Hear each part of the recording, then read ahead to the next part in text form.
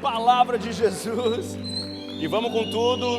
Estou animado para mais uma noite em que nós ministramos a palavra, ouvimos de Jesus e sentimos aquilo que Deus quer ministrar conosco. Então, desde já, abre o teu coração, abre a tua mente, prepara aquilo que Deus quer fazer hoje. É forte, é poderoso, não porque existem palavras eloquentes, mas porque Paulo diz. Paulo fala uma coisa muito legal: eu não venho com força e nem com sabedoria humanas, mas com palavra que vem de Deus, com palavras que são de Deus, e essa palavra, ela tem poder. Então Paulo está dizendo que não é uma questão de eloquência nem de capacidade humana, mas é uma questão de Deus. Deus está nesse lugar, e quando nós falamos a palavra, nós recitamos a palavra, quando nós declaramos a palavra, quando nós lemos a palavra, quando nós nos concentramos na palavra, quando nós nos envolvemos com a palavra, aos poucos Deus vai formando algo em nós, e é isso que Deus quer fazer hoje com você. Você crê nisso? Amém? Alguns creem. Você crê nisso, que Deus pode, por meio da sua palavra, gerar algo em você, em nome de Jesus? Você crê nisso? Amém. Melhorou um pouquinho. Vamos ver se até o fim do dia, até o fim da noite, a gente vai e a gente chega lá. Bora lá então. Abre junto comigo Êxodo capítulo 33, versículo 11. Se você trouxe a sua Bíblia, eu encorajo você a começar a trazer Bíblia física para você riscá-la. Eu estou com a minha aqui da Thomas Nelson, eu gosto muito dela, é a minha companheira. Eu tenho algumas Bíblias de estudo, eu tenho a NAA, Bíblia de estudo, eu tenho de batalha espiritual, eu tenho uma coleção enorme de Bíblia, eu tenho a Bíblia do John MacArthur também, ganhei de presente, várias Bíblias de estudo, várias, mas essa aqui é a que eu uso mais, recomendo. E eu gostaria de te encorajar, você pode pegar qualquer Bíblia, eu até estou a fim de comprar uma outra Bíblia, a Jéssica já me olha, mais uma Bíblia, uma montoeira de Bíblia. Vocês têm que ver o meu criado mudo lá em casa, é virado só em livros que eu quero ler. Não é os livros que eu tenho, é os que eu quero ler. É uma montoeira de livros enorme. E eu estou sonhando. Eu estou quase que nem aquele meme da professora que roubou para ir presa, sabe? Ela roubou, foi presa, e ela disse: graças a Deus, agora eu posso ler todos os meus livros. Eu estou quase que nem aquela professora. Eu quero ler meus livros em nome de Jesus. Êxodo 33, versículo 11, está aí? Está na tela, então bora lá. O Senhor falava com Moisés face a face. O Senhor falava com Moisés face a face. Presta atenção. O Eugene Peterson, quando ele traduz esse texto, ele escreve, né, é uma paráfrase bíblica, né, então não é uma Bíblia em si, mas na paráfrase bíblica do Eugene Peterson, ele fala que Deus, é muito poético, eu gosto muito de ler essa Bíblia paráfrase dele. E ele diz que, aqui nesse texto, eu estava lendo agora há pouco ainda, diz que Deus falava com Moisés como quem fala com o vizinho em cima da cerca. Acho muito legal.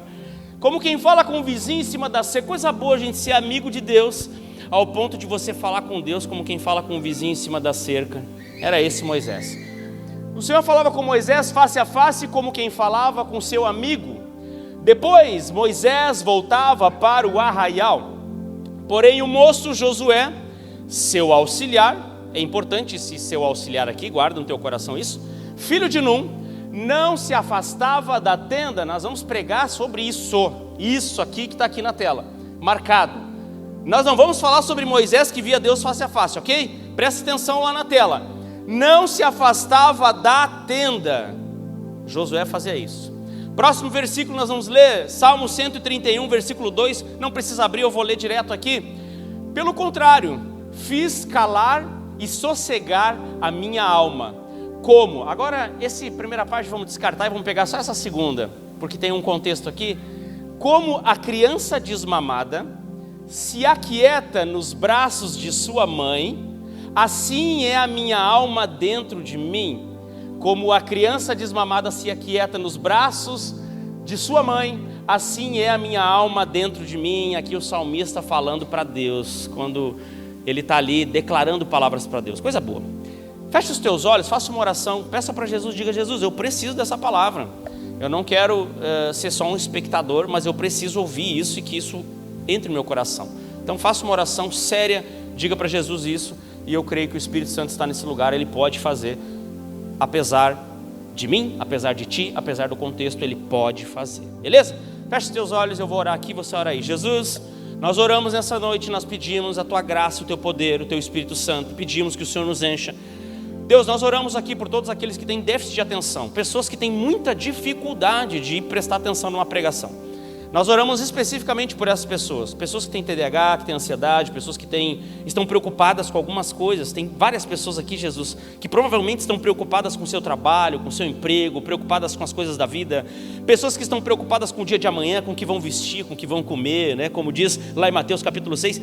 Eu oro aqui, Jesus, que o Teu Espírito Santo venha e nos abrace nessa noite, que Ele nos encha, que Ele nos leve para esse lugar de profundidade das Escrituras e que nos tire dessa vida evasiva, que a gente se aprofunde de fato na Tua palavra, a fim de que o Senhor nos leve pelas mãos no lugar do encontro da Tua presença, em nome de Jesus. Amém.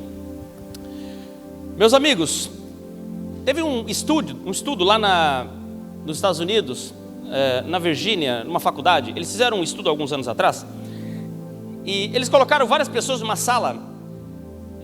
Na verdade, uma pessoa por vez eles foram colocando numa sala. E num primeiro momento, esse estudo tinha algumas partes, né? Então, num primeiro momento, eles faziam o seguinte com a pessoa: eles colocavam uns eletrodos na pessoa. Quem fez exame já aí de corrida, né? Tem uns exames, né, Cris? Tem um exame, como é que é o nome? Tem um exame de corrida que tu faz na esteira, eletrocardiograma, é isso? Ou viajei? Jesus amado, eu não vou falar isso aí. Falar 3 vezes tá batizado, né? Como é que é? Ergoespirometria. Ok, se eu falei errado, me perdoa. Mas tem um exame, eu já fiz esse exame. Tu vai correndo na esteira, tem um monte de eletrodos ali. E graças a Deus aquele eletrodo não dá nenhum choque. Ele é só para medir algumas coisas em você. E o médico ele pede para que tu vá até a exaustão, né? Ou até ele encher o saco, né? No meu caso ele foi até encher o saco porque eu queria pagar de macho. E fui até onde eu não aguentava mais. E tentei, mantive. O médico chegou uma hora que ele disse assim: cara, vou desligar esse negócio. Eu estava muito bem naquela época, mas isso faz uns 10 anos. Não sei se eu aguentava hoje não. Mas fato é que eu estava cheio de eletrodos. E aqueles eletrodos em mim, nenhum dava choque. Mas nesse estudo aqui, dava um choque. E as pessoas entravam no experimento com aqueles eletrodos grudados no corpo. E eles tinham uma sequência de coisas que eles passavam. Um primeiro momento eles ouviam uma música, num segundo momento eles comiam uma coisa gostosa, numa terceira vez eles tinham um botão na mão e as pessoas diziam, e eles tinham assinado um termo de consentimento, aí advogados, eles tinham assinado um termo de consentimento, e a terceira coisa era um choque que eles davam a partir desse botão, mas ele podia apertar ou não. Todos apertavam porque eles queriam experimentar o choque, não estragar o experimento, até porque ele seria um N, que seria uma pessoa que sairia fora do N se ele não apertasse. Então ele queria fazer parte do experimento, apertava, e o choque era desagradável. E a pergunta que fazia-se para essas pessoas era a seguinte: ok, você comeu uma coisa boa, você ouviu uma musiquinha agradável, você está num ambiente legal, você agora tomou um choque. O que você faria para não levar esse choque? O quanto você estaria disposto a ir? Todas as pessoas, das opções apresentadas, todas elas colocaram também que pagariam para não levar aquele choque. Pagariam para não levar o choque. Guarda essa informação. Depois todas essas pessoas foram para uma segunda parte, Adriano, desse experimento. Eles foram para um segundo momento, que é o seguinte: eles eram colocados numa sala branca, de luz branca, bem farmacião, assim, sabe? Bem São João aqui, como a gente gosta, aquela farmácia. Tu entra assim, chega a dar um... E aí a pessoa ficava sentada ali, naquela cadeira, não tinha absolutamente nada na frente dela, nada. E ela ficava sentada naquela cadeira, e ela tinha que ficar 15 minutos sentada naquele lugar, com todos os eletrodos no corpo, e a única coisa que ela tinha à disposição, era o botãozinho do choque. Ou seja, ela não tinha um celular. Ai meu Deus, como eu vou viver sem celular? Ela não tinha um celular, ela não tinha um livro, ela não tinha uma TV, não tinha internet, não tinha nada, absolutamente nada. Ela só tinha o tal do botão e aqueles eletrodos no corpo e 15 minutos à sua disposição. As mulheres... 1/4 das mulheres apertaram o botão, sem nenhum motivo aparente. Apertaram o botão. 25% das mulheres apertaram o botão e sentiram o choque. Os homens, 2/3 dos homens apertaram o botão. Os homens são meio, né? O que tem? 2/3 dos homens apertaram o botão. E teve um cara que apertou o botão 190 vezes. Talvez por achar que estava no experimento, ele pensou assim, cara, deve ser uma competição, isso aqui eu não sei o que se trata, eu vou ganhar esse negócio. E ele se eletrocutou 190 vezes. Ou seja, aquilo que as pessoas estavam dispostas a pagar para não sentir, quando elas foram expostas a um ambiente em que elas teriam que estar expostas a somente a si e si próprio, sem mais ninguém, sem nenhum entretenimento, elas julgaram, especialmente os homens, julgaram que seria legal e que seria um bom passatempo tomar um choquezinho.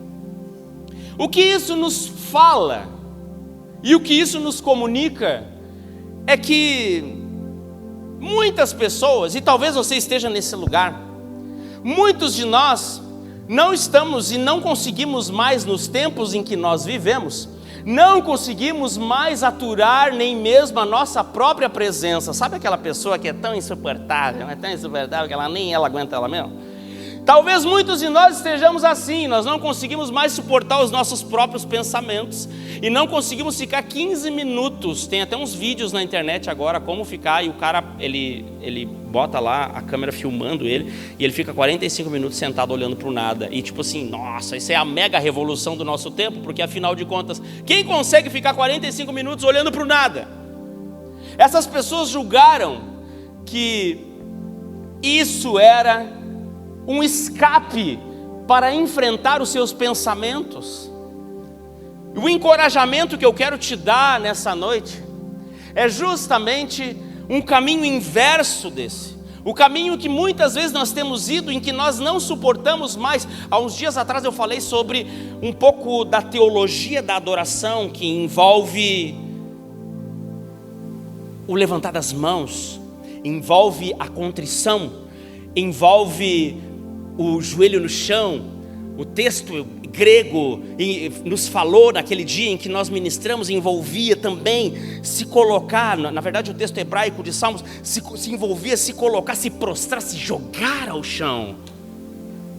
Mas hoje eu quero caminhar por um outro lugar nessa mensagem, que também é adoração.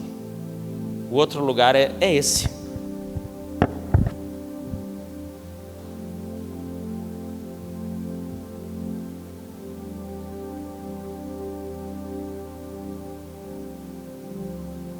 Consegue fechar os teus olhos? Vamos fazer esse exercício? Fecha os teus olhos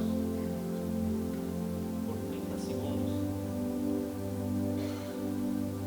E eu gostaria de te encorajar a pensar em Deus, em tudo que Ele já fez por ti, em todo o amor que Deus já despejou sobre a tua vida.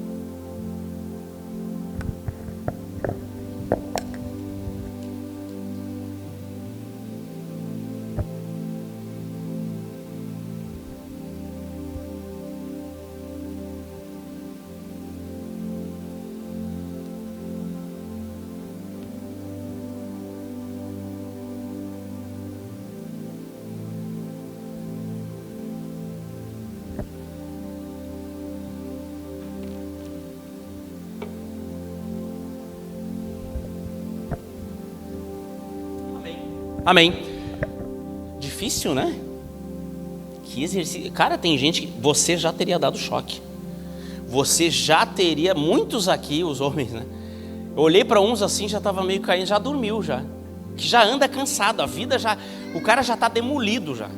A vida dele, quando ele não está trabalhando, ele está scrollando na internet, a cabeça dele foi fritada pelo tempo. Ele está pensando em tantas coisas, ele sabe da guerra da Rússia e da Ucrânia, mas ele não conhece nada sobre a sua casa, sua esposa, seus filhos, e por isso ele está cansado.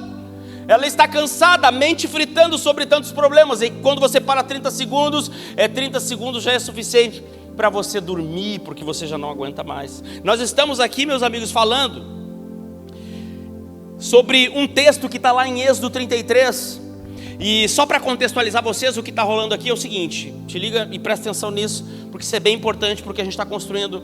Nós temos aqui Moisés agora tira o povo do Egito, o povo está começando a sua caminhada.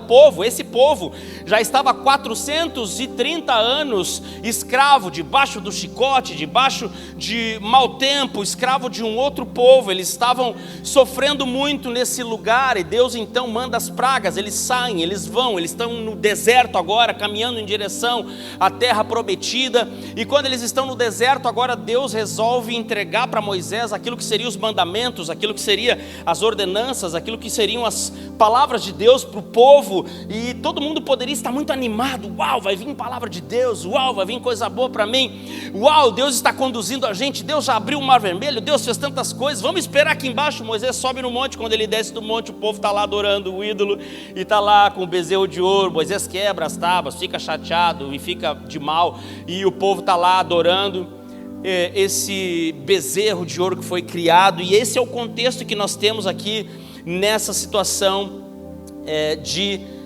Êxodo capítulo 33. Mas eu queria, antes de a gente falar um pouco mais sobre esse capítulo 33, eu queria ler com vocês o capítulo 29, versículo 45, que diz o seguinte: e habitarei no meio dos filhos de Israel, e serei o seu Deus.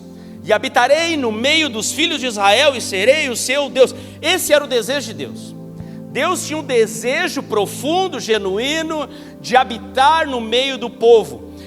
Eu não vou me entrar muito nisso, que eu me emociono, e isso toma muito tempo da pregação. Mas imagina, aí o cara faz tudo que não ia fazer, né? Imagine que se eu tomasse esse tempo para falar que Deus, esse aí mesmo que você está pensando, o Deus que criou os céus e a terra, o Deus que é o alfa e o ômega, o Deus que é todo poderoso, o Deus que conhece todas as coisas, o Deus que é onisciente, onipresente, onipotente, o Deus que formou você, o Deus que a Bíblia diz que conhece cada fio de cabelo seu, o Deus que é atemporal, que Ele te vê nascendo, Ele te vê morrendo, Ele te vê lá na glória, Ele te vê quando você ainda não existia, Ele te vê na eternidade, o Deus que te amou primeiro, segundo as Escrituras, o Deus que enviou o seu Filho e colocou o seu Filho para morrer no seu lugar, o Deus que te resgatou das trevas. Esse mesmo Deus aí, esse aí mesmo que eu estou falando. Esse Deus, Ele resolve em algum momento, pela sua vontade, habitar no meio dos homens. Lá em Êxodo capítulo 29, nós temos isso, essa realidade. Deus deseja habitar. A palavra hebraica lá é shakah, que significa habitar com a glória. Deus queria colocar a sua glória, a sua presença no meio do povo. Como é bom nós vivemos essa realidade, como é bom nós desejarmos viver isso. E era isso que Deus queria. Alguns chamam isso de tabernacular, o viver de Deus no meio do povo, onde Deus, Ele agora anda com barracas. Quem gosta de acampar? Nós tínhamos uma galera que acampava aqui no ministério, a Thay era a organizadora do evento aí. Tem ali a Dani Luzi. Esse pessoal, você não tem ideia, eles vêm aí, elas vêm com maquiagem, mas você não tem ideia, é o No Limite essas gurias. É lá no deserto mesmo, com olheira, virando madrugada, e é isso aí, ali ó, é gente raiz, não é Nutella. E esse acampamento, Deus, Ele ama acampamentos. Como que eu sei disso? Nas Escrituras diz que Deus queria habitar no meio do povo. E como Deus fez isso? Deus, Ele desejou e fez e deu instruções para que houvesse no meio do povo uma barraquinha para Deus. Uma barraquinha. Esse Deus que eu falei ali, que eu disse que eu não ia perder muito tempo falando, né, porque eu me emociono. Esse aí que eu falei algumas coisinhas dele. Esse Deus glorioso que te conhece, Ele mesmo passou instruções para Moisés, e segundo o texto bíblico diz lá em Deuteronômio capítulo 2, que ele, Números capítulo 2, que ele passa instruções exatas de como ele queria que isso acontecesse. O povo de Israel eram 12 tribos, essas tribos distribuiriam-se ao lado nos seus povos, nos seus grupos, e a barraca de Deus, o tabernáculo de Deus, esse lugar móvel de Deus, ficaria ali no meio.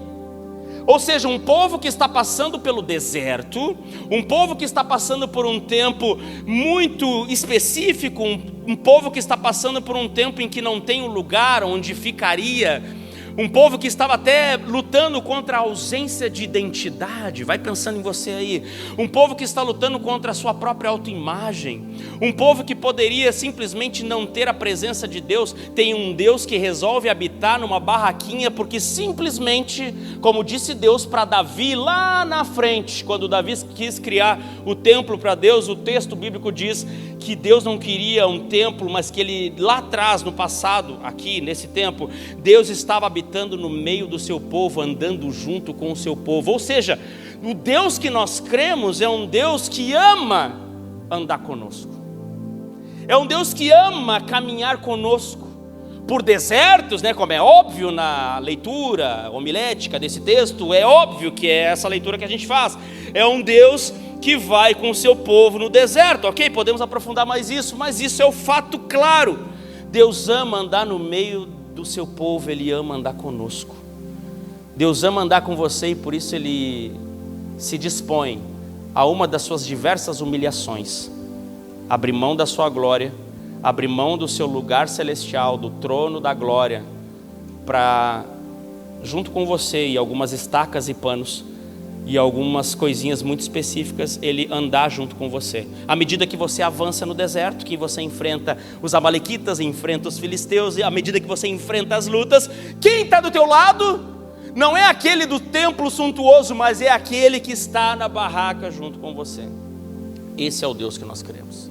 Esse é o Deus que vai conosco ao longo da nossa jornada. O que diferenciava, então, o Deus de Israel para os deuses vizinhos era justamente, meus amigos, a capacidade de que esse Deus que nós queremos andar no meio do seu povo. Que delícia, que alegria, que bênção é saber que Deus deseja andar, ao contrário dos povos vizinhos que tinham um Deus distante, um Deus que gerava medo. A diferença do povo do povo de Israel era justamente o fato de que Deus andava no meio deles. A diferença que nós temos e a diferença que você tem é porque você sabe que Deus anda com você. Muitas vezes você vai enfrentar as mesmas lutas, você vai enfrentar as mesmas dificuldades, você vai andar pelo deserto, você vai enfrentar problemas, você vai ter depressão, você vai tomar remédio, você vai ter que fazer terapia, você vai ter que fazer exercício. Você vai ter que respeitar as pessoas, você vai ter que ser alguém ético, você vai ter que trabalhar. Tem gente que acha que vira crente e não precisa trabalhar, porque aprendeu na sua teologia que Deus te dá vitória. Deus vai me dar vitória, Deus vai dar vitória sim, se você trabalhar, em nome de Jesus. Se você trabalhar bastante, Deus vai te dar vitória. Assim como se um ímpio trabalhar bastante, também vai dar vitória. A diferença nossa não é coisas pueris e pequenas como Deus vai me dar vitória nesse tempo. Tem vários empresários, o Brasil, a boa parte dos empresários não são cristãos, grandes coisas. A Bíblia diz que nós temos que amontoar tesouros onde a traça e a ferrugem não pegam. Amém? Então o nosso olhar é um olhar eterno, é um olhar sobre coisas muito maiores, é um olhar sobre coisas muito mais profundas do que simplesmente as coisas do nosso tempo. Não que você não possa ser milionário nem rico, não sou contra isso. Eu até inclusive acredito que muitos podem ser e desejo que sejam, para abençoar a sua igreja, abençoar seus amigos, abençoar seu bairro, a sua cidade. Mas Deus está muito mais preocupado em ser nosso amigo. O que aconteceu no episódio do bezerro de ouro foi que Deus não podia mais habitar. O texto ali de Êxodo 32, 33, ele é emblemático, porque Deus oferece, gente, é o seguinte, vocês adoraram o bezerro de ouro, ou seja, vocês buscaram outro Deus. Então é o seguinte, sabe o que eu vou fazer? Eu vou abençoar vocês. Vocês vão lá para a terra prometida, vocês vão seguir o caminho de vocês, mas vocês não vão ter a minha presença. Moisés bate o pé, diz que não quer, e ele negocia com Deus e consegue fazer com que Deus, ou entre aspas, fazer com que Deus siga com ele. Fato é que Deus agora, ele arma a sua tenda, mas tinha um detalhe: Deus queria andar no meio do povo. Mas nesse texto, Êxodo capítulo 33, o texto diz que Deus obrigatoriamente teve que armar sua tenda fora. Êxodo 33, versículo 7 diz o seguinte: ora, Moisés costumava pegar a tenda e armá-la para si, fora, guarda isso, fora, bem longe do arraial, fora, bem longe do arraial. Ele a chamava de tenda do encontro, todo aquele que buscava o Senhor saía à tenda do encontro, que estava fora do arraial. Olha o escritor. Você que gosta de português aí, né? Esse cara, ele queria realmente, fora, bem longe, ele queria que você sentisse, você leitor de 2026, que não consegue mais prestar atenção nas coisas, ele queria que você prestasse atenção nisso. Fora, bem longe do arraial, fora do arraial, 3 vezes, 3 vezes.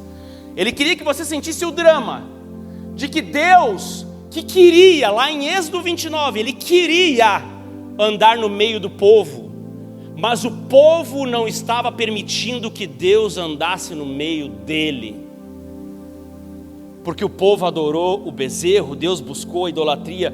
Deus deseja, como eu posso aplicar isso na minha vida? Deus deseja habitar no meu coração, Deus deseja andar com você, mas não é que Deus, você muitas vezes pode dizer, mas Deus não está comigo, eu sinto muita dificuldade. Meu amigo, na equação, o único que está impedindo Deus é você mesmo, quando você cria barreiras para Deus operar por meio da tua vida, porque o próprio Deus deseja ansiosamente. Êxodo capítulo 29, João capítulo 1 versículo 14, Apocalipse versículo 22, a progressão de um Deus que quer voltar ao início, como era em Gênesis, quando Deus, ele sentava com Adão e Eva e tomava o chazinho das 5.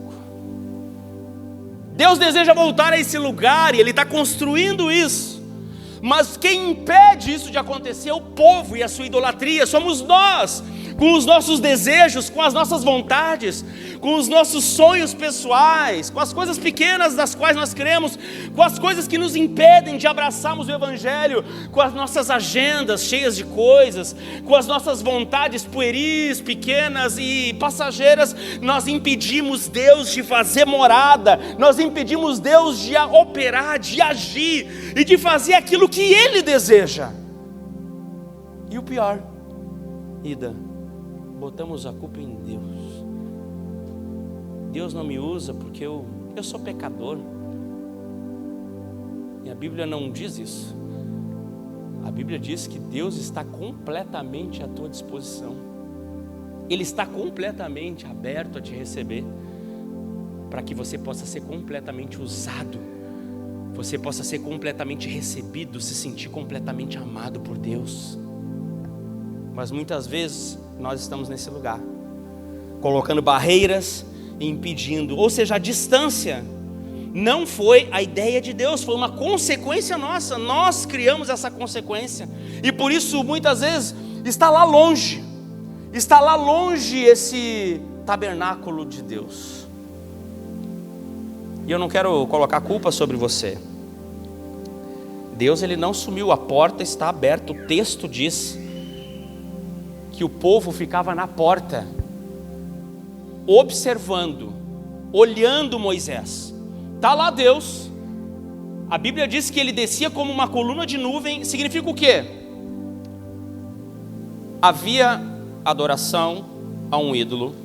Deus resolve manter a sua promessa. Eu vou continuar, Deus vai, eu vou continuar andando com esse povo. Oh, meu Deus do céu. Não, ele não vai falar meu Deus do céu, não.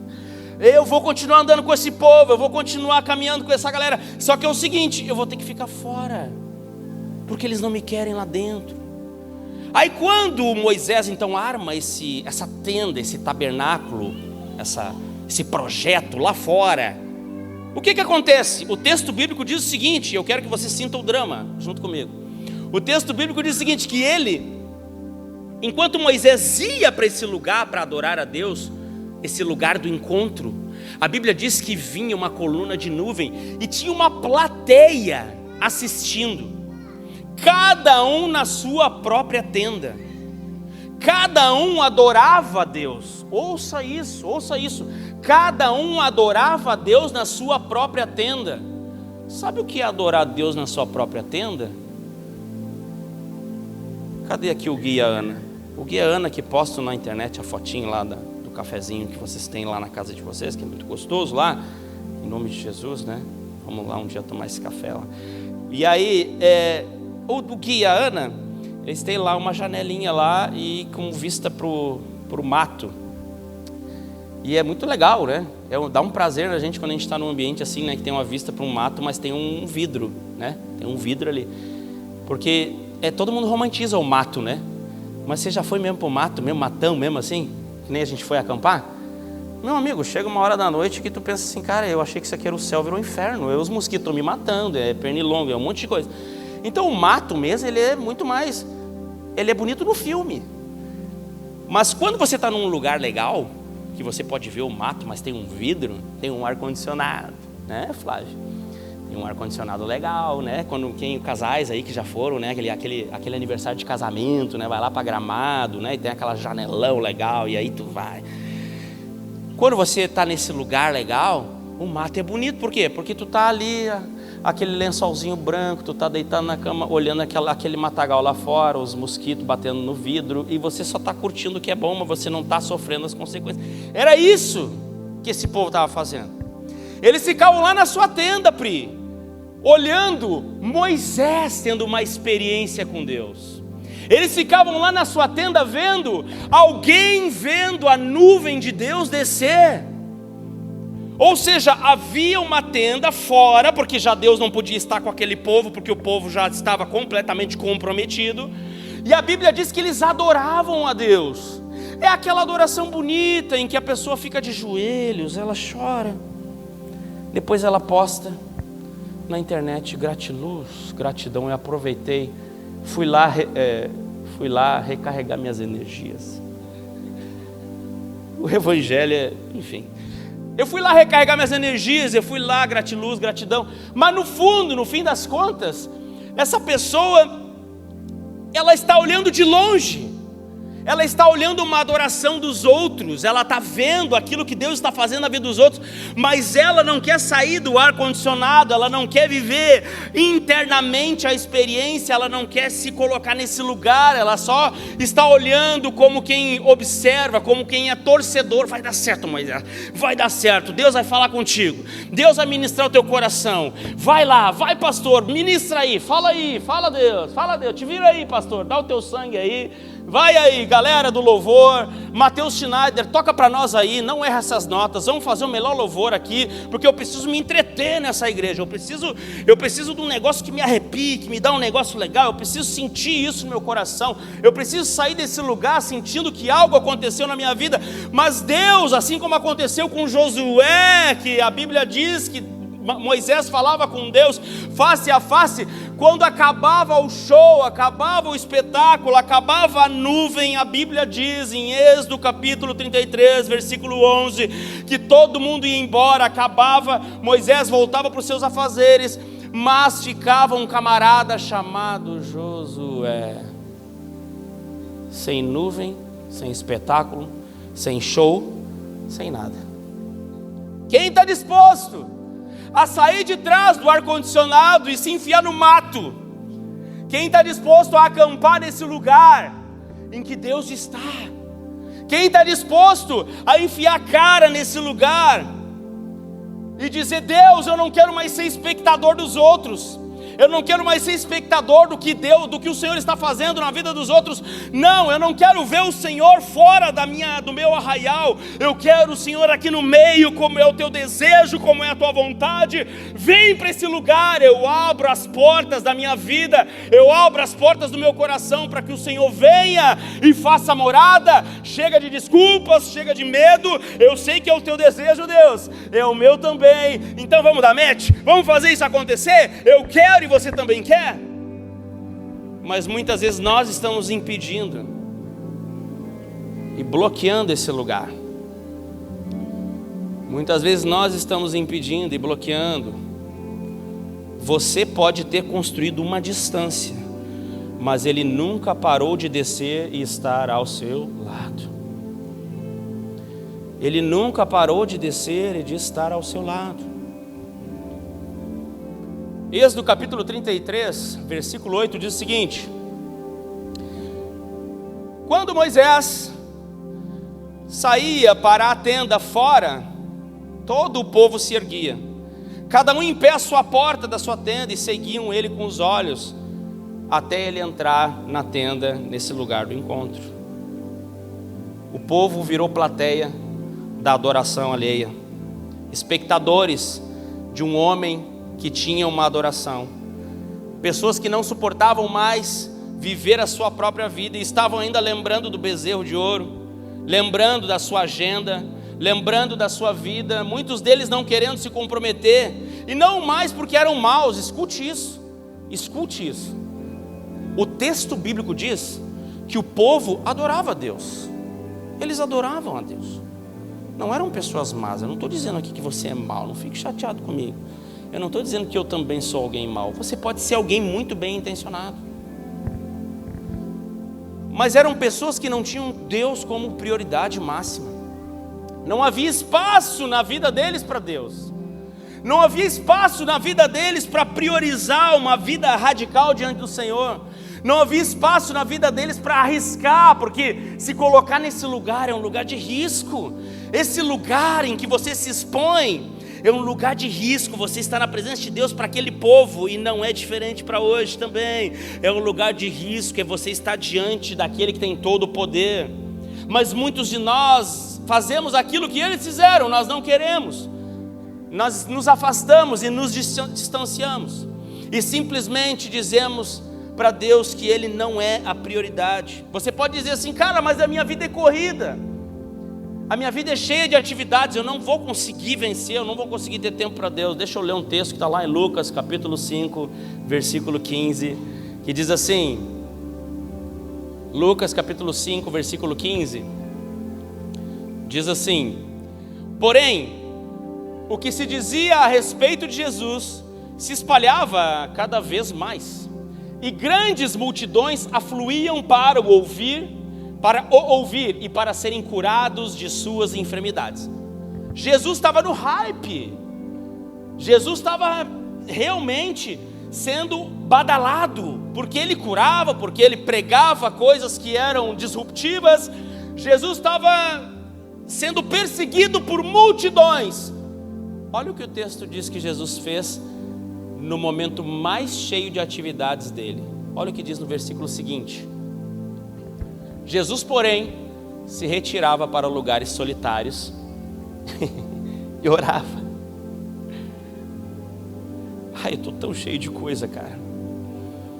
Minha vida está tão cheia. Tem tanto o que fazer, meu trabalho. Tem filho, tem gente que tem filho, tem gente que não tem filho e é solteiro e não tem tempo. Coitado, quando tiver filho, que vai ser dessa pessoa? Dá pena. Tem gente que está cansada. Eu olho para a cara assim, não vou dizer quem, né? Eu olho para a cara assim, tem algumas caras, Jéssica, as carinhas de cansado, são solteiros, nem faculdade faz, só trabalha. Meu Deus, o que está fazendo da tua vida? Eu vou sair desse caminho, senão. Tem gente que anda. E aí, Jesus, o texto bíblico diz que Jesus, ele, quando ele estava no momento mais aqui do ministério, em que todo mundo queria saber de Jesus, sabe que Jesus é o seguinte: eu preciso fazer o que tem que ser feito, eu preciso falar com meu Pai. Eu preciso parar por esses 30 segundos? Não, por uma noite inteira. Os textos bíblicos nos trazem relatos de que Jesus ao longo do dia trabalhava e à noite orava, muitas vezes a noite inteira, porque a grande preocupação de Jesus era estar com o Pai, era estar com Deus, era estar em comunhão com o Pai. Então a ordem importa para Jesus, a multidão cresce e ele se retira.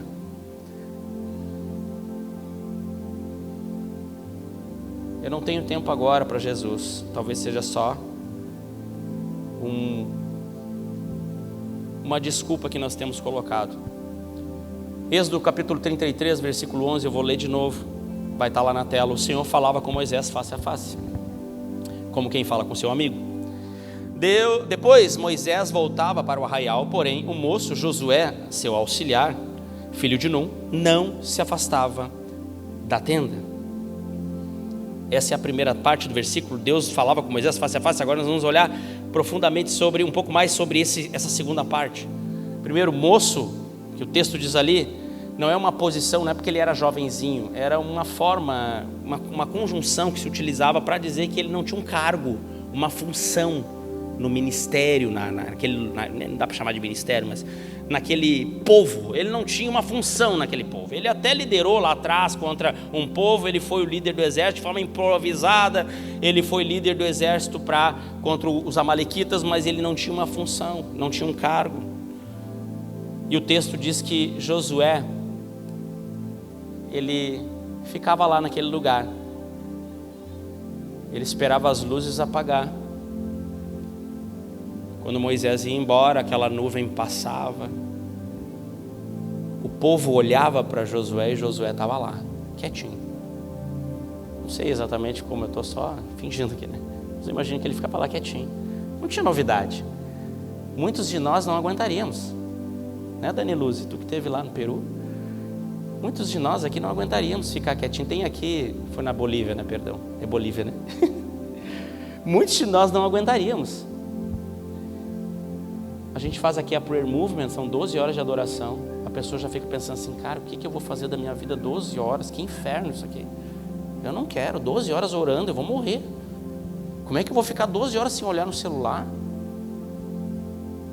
Eu sempre, quando tenho a prayer movement, eu encaro isso como um momento em que eu preciso ser esmagado. Por isso que, vocês podem ver, né? O culto subsequente ao prayer movement é sempre o culto mais louco, né? Que eu venho pregar às vezes, ou alguém que vem pregar, vem bem, porque tu está 12 horas sem distrações, 12 horas buscando a Jesus. Josué, ele esperava, ele foi muito esperto, cara. Josué esperava acabar tudo. Tu imagina Deus olhando isso? Tu imagina Deus olhando isso? Porque é fácil a gente estar lá quando tem a coluna de nuvem. Eu quero ver você ficar lá quando não tem show. Eu quero ver você ficar lá quando não tem espetáculo, quando não tem nada legal, não tem cura. Porque o que o texto não está dizendo é que havia cura, havia milagre, profecia, havia oração em língua, não tinha nada, era só ele naquela tendinha fora e mais nada. Não tinha falar com Deus por sobre o muro, só tinha alguém que estava extremamente interessado. Sabe, essa pregação é para uma geração que perdeu a capacidade de ficar quieto diante de Deus. É para um povo que perdeu a capacidade de ficar. As nossas reuniões de oração a gente tem circulando pelo ministério quase 300 pessoas. Nossas reuniões de oração vem 5, vem 6 pessoas, 7. Tão difícil. Nós temos agora a reunião de oração na terça que vem. Porque é um tempo muito difícil para o mundo. Muitos de nós a Bíblia diz que o amor de muitos esfriaria. Nós não podemos achar que conosco vai ser diferente. Vai acontecer isso com muitos de nós. Nós vamos esfriar no nosso amor. Eu quero ler um texto que está lá em Êxodo 13, versículo 22, diz assim. Agora guarda isso no teu coração. Josué, quando não tinha nada acontecendo, ficava lá. Êxodo capítulo 13, versículo 22, diz assim: a coluna de nuvem nunca se afastou do povo durante o dia, nem a coluna de fogo durante a noite. A coluna, aqui, nós estamos bem no início da jornada deles pelo deserto, bem no início. Quem era jovenzinho naquela época? Josué. Josué estava lá vendo o que Deus estava fazendo. Agora deixa eu te falar uma coisa que não está claro para quem lê no português. Essa mesma palavra afastou, ela aparece traduzido em português, afastou, aparece várias vezes na Bíblia, mas a palavra original hebraica, ela aparece 7 vezes na Bíblia. 2 vezes ela aparece, uma aqui e outra no outro texto, que diz que Josué não se afastava da tenda. Ou seja, o cara que estava escrevendo isso, ele estava criando uma espécie de relação. Ele está dizendo que o mesmo afastar daqui, desse versículo, é o mesmo afastar de lá. Josué, ele estava olhando o que Deus estava fazendo. Deus, ele não se afastava do povo e mantinha o povo numa coluna de nuvem e uma coluna de fogo. Deus permanecia com um povo que não merecia, com um povo que não apresentava resultados, com um povo que não dava nada em troca, com um povo que não parecia nada promissor. Deus permaneceu, e quem cresceu olhando esse Deus de amor? Então, quando Josué vê que Deus faz um espetáculo e ele entrega as tábuas da lei, e a Bíblia diz que o monte fumegava. A gente ama esse texto. Olha o monte que fumega. Quem não se impressiona com um monte, com terremotos? Quem não se impressiona com movimentos? Agora eu quero ver você se impressionar e viver uma vida extremamente ordinária louvando a Jesus. Josué foi esse. Ele viu, o povo não merecia, nós não merecíamos, mas lá estava a coluna de nuvem, lá estava a coluna de fogo. Deus não se afastou. Por que eu vou fazer o mesmo? A Bíblia diz que Ele nos amou primeiro. Na nova aliança nós vemos isso ainda de forma mais clara. Deus nos amou primeiro. Josué estava experimentando essa realidade. Deus fez por mim primeiro, Ele permaneceu comigo primeiro, Ele estava comigo primeiro, e portanto eu vou ser uma resposta àquilo que eu estou vendo de Deus, porque permanecer, meus amigos, é a resposta de quem descobriu que nunca foi deixado por Deus. É uma resposta que nós damos por saber que Deus não nos abandonou.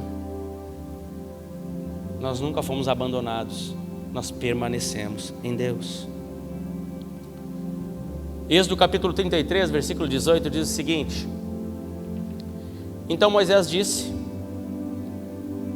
peço-me que mostre a tua glória.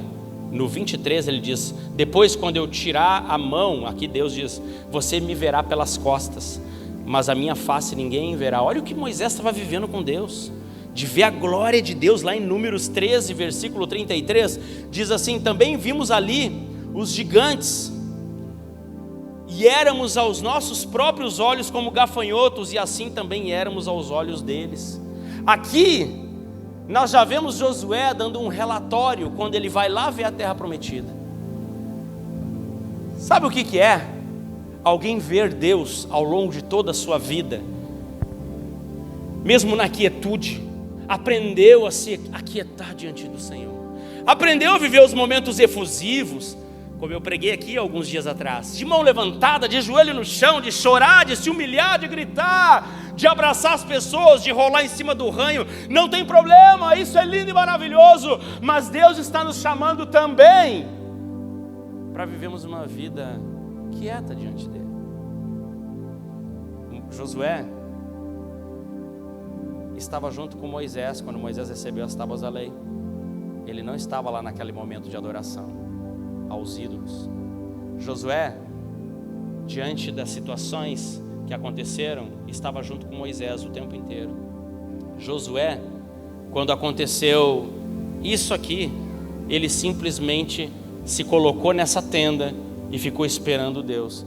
É esse cara que lá na frente vai ter a visão. Quando ele chega diante da terra, que de fato era a terra prometida, quando ele chega para ver essa terra, ele vai, ele mais um cara e mais 10 pessoas, e ele é o cara que, enquanto os demais estão dizendo que não tem como, ele é o cara que tem a visão da promessa. Ele é o cara que está dizendo: tem sim como nós vencermos, tem sim como nós avançarmos em direção a essa terra, porque essa terra é uma terra prometida. Porque Josué tem essa visão, meus amigos?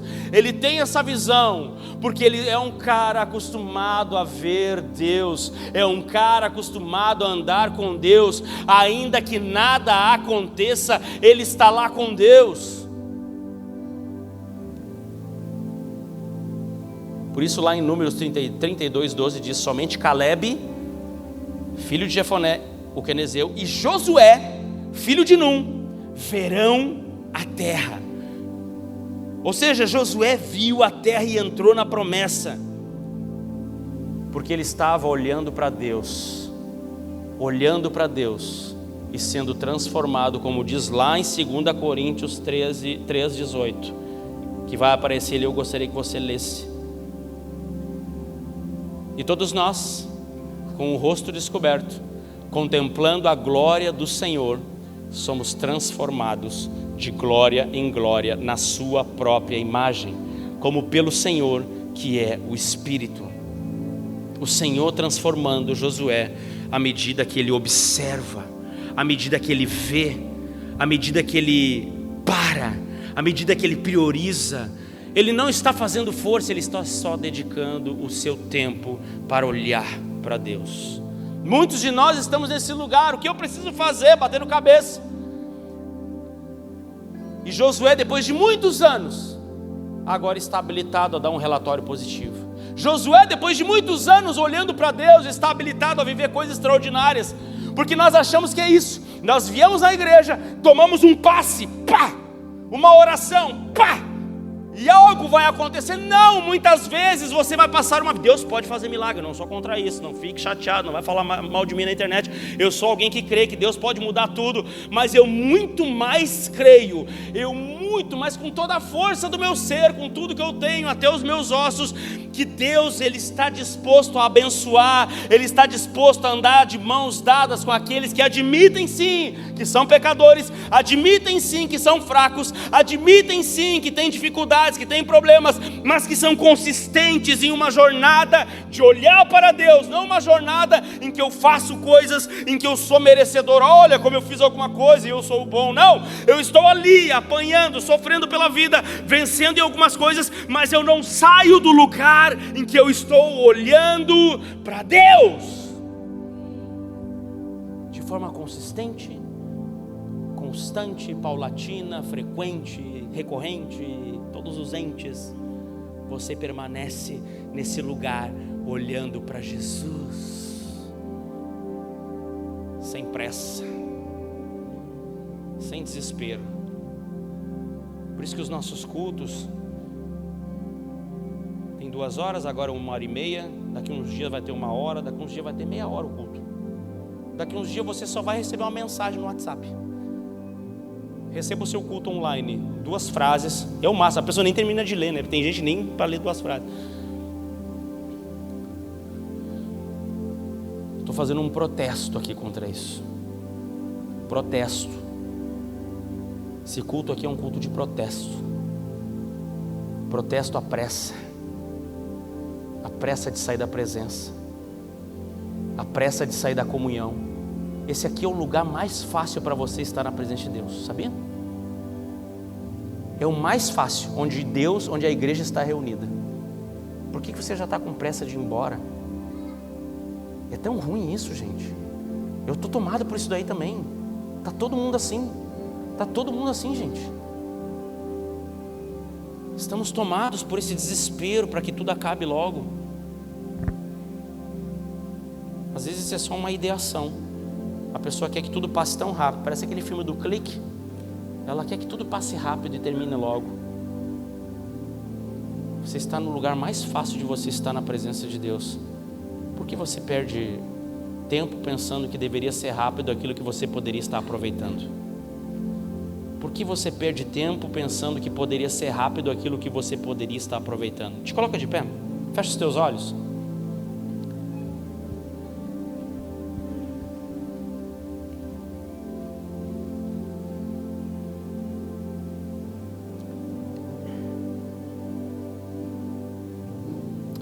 Deixa eu ler um texto para vocês, bastante texto bíblico. Bastante texto bíblico, é isso aí, é Bíblia mesmo, é Bíblia mesmo.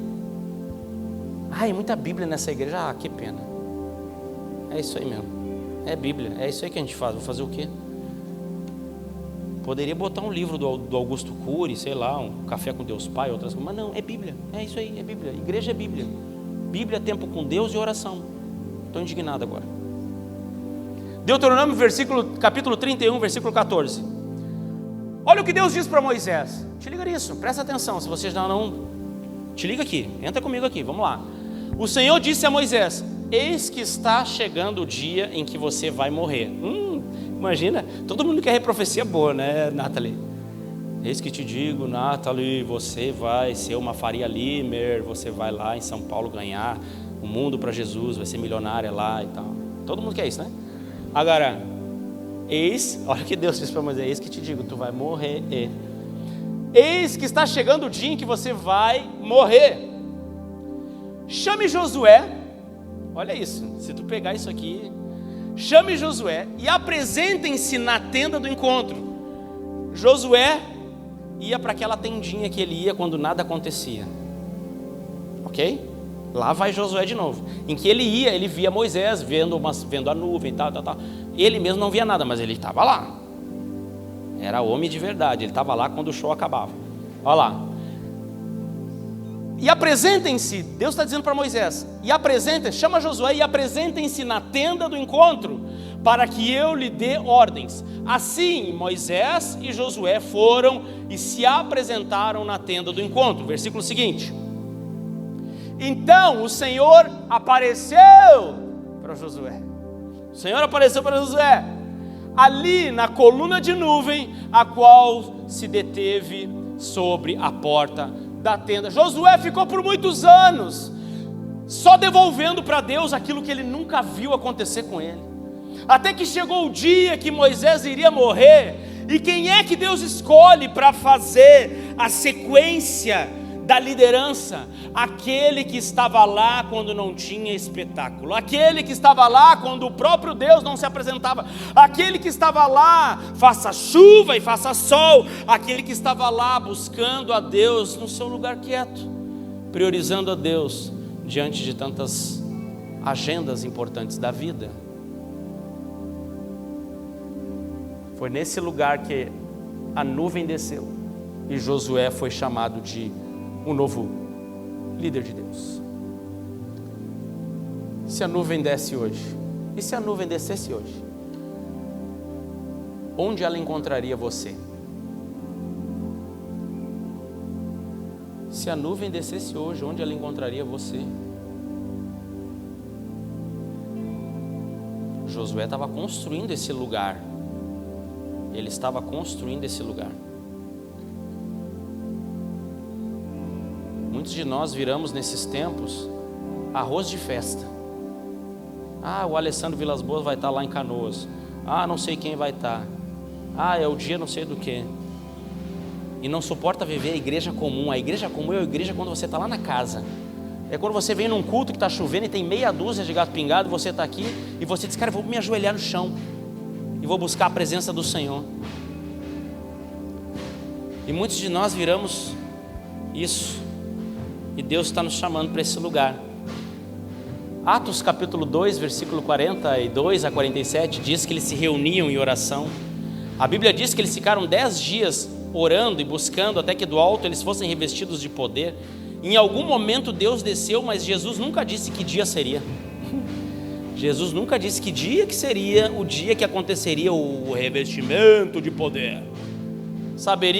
Todo mundo sabia que ia acontecer. Onde você está quando a nuvem desce? Essa é a pergunta.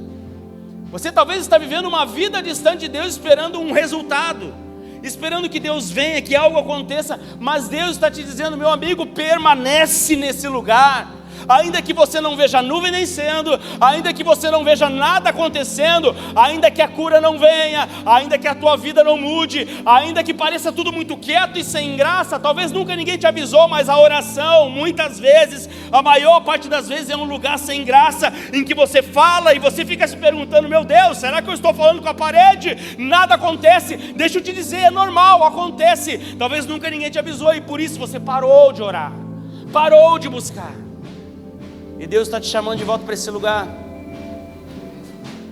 Deus está te chamando de volta para esse lugar. Para esse lugar em que você sabe que se você está só, Ele está lá. Esse lugar que você sabe que se você não tem o que fazer, você está sozinho. Se não tem ninguém ao seu redor, Ele está lá.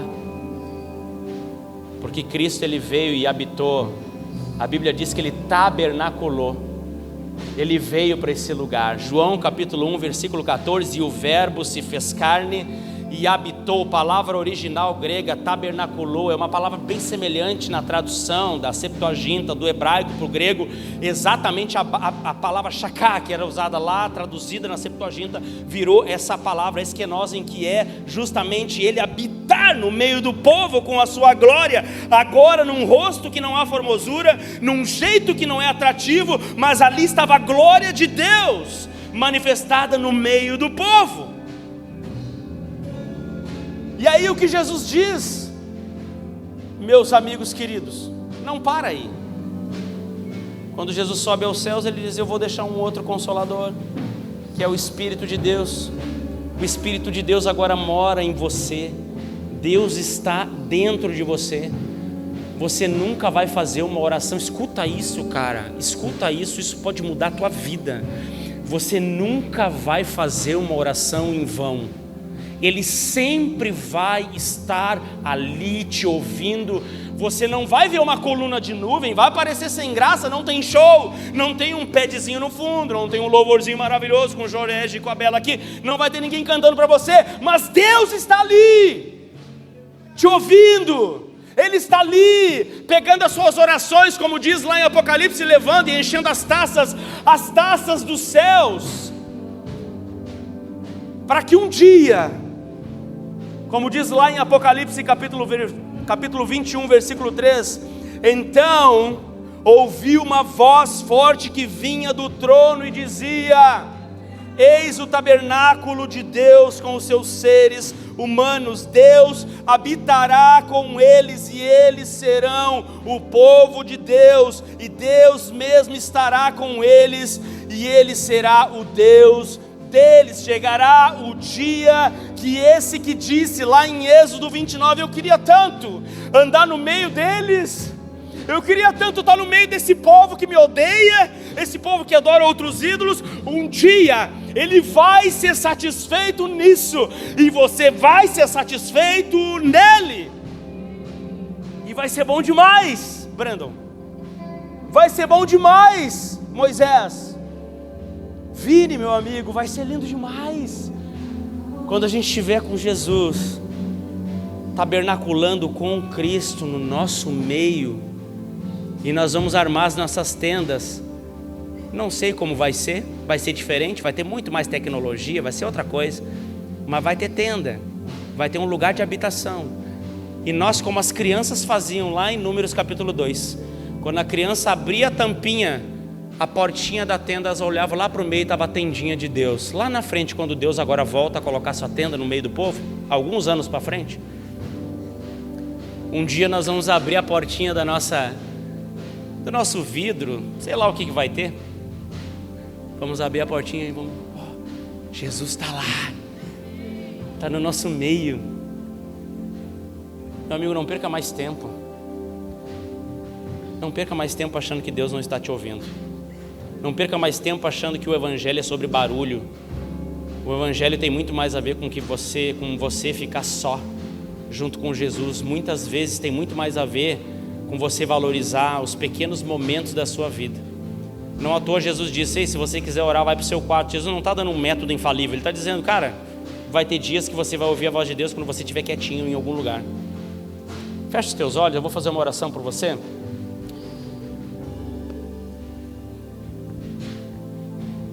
Jesus, aqui nós temos muitos amigos, Jesus, que, assim como eu, estão enfrentando uma grande dificuldade. Assim como eu, Jesus, estão enfrentando uma grande dificuldade. Por ser difícil de ler a Bíblia, desistem achando que deveria ser diferente, mas não é, nós sabemos disso, Jesus. Tira-nos da ingenuidade. Faça com que a gente deixe de ser bobo, achando que vai ser diferente. Nós não queremos isso, Jesus.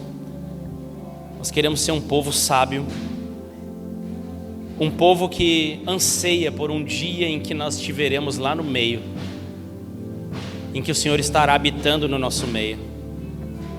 Nós queremos ser esse povo que anseia sentar contigo à mesa, como o Senhor fez com Adão.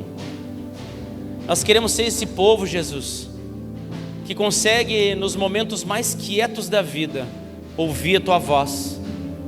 Nós queremos ser esse povo que nos momentos quietos só ouça a quietude. E isso basta, porque nós sabemos que o Senhor está ali. Nós sabemos que o Senhor está do nosso lado. Nós queremos ser esse povo, Pai. Não queremos correr atrás do vento, correr atrás de coisas que não são valiosas, coisas que são pequenas, coisas que apequenam a nossa fé, coisas que apequenam o nosso ser, coisas que diminuem a nossa jornada. Nós queremos ser aqueles que simplesmente fazem como Josué. Quando o show acaba, quando não tem espetáculo, a gente permanece na tua presença.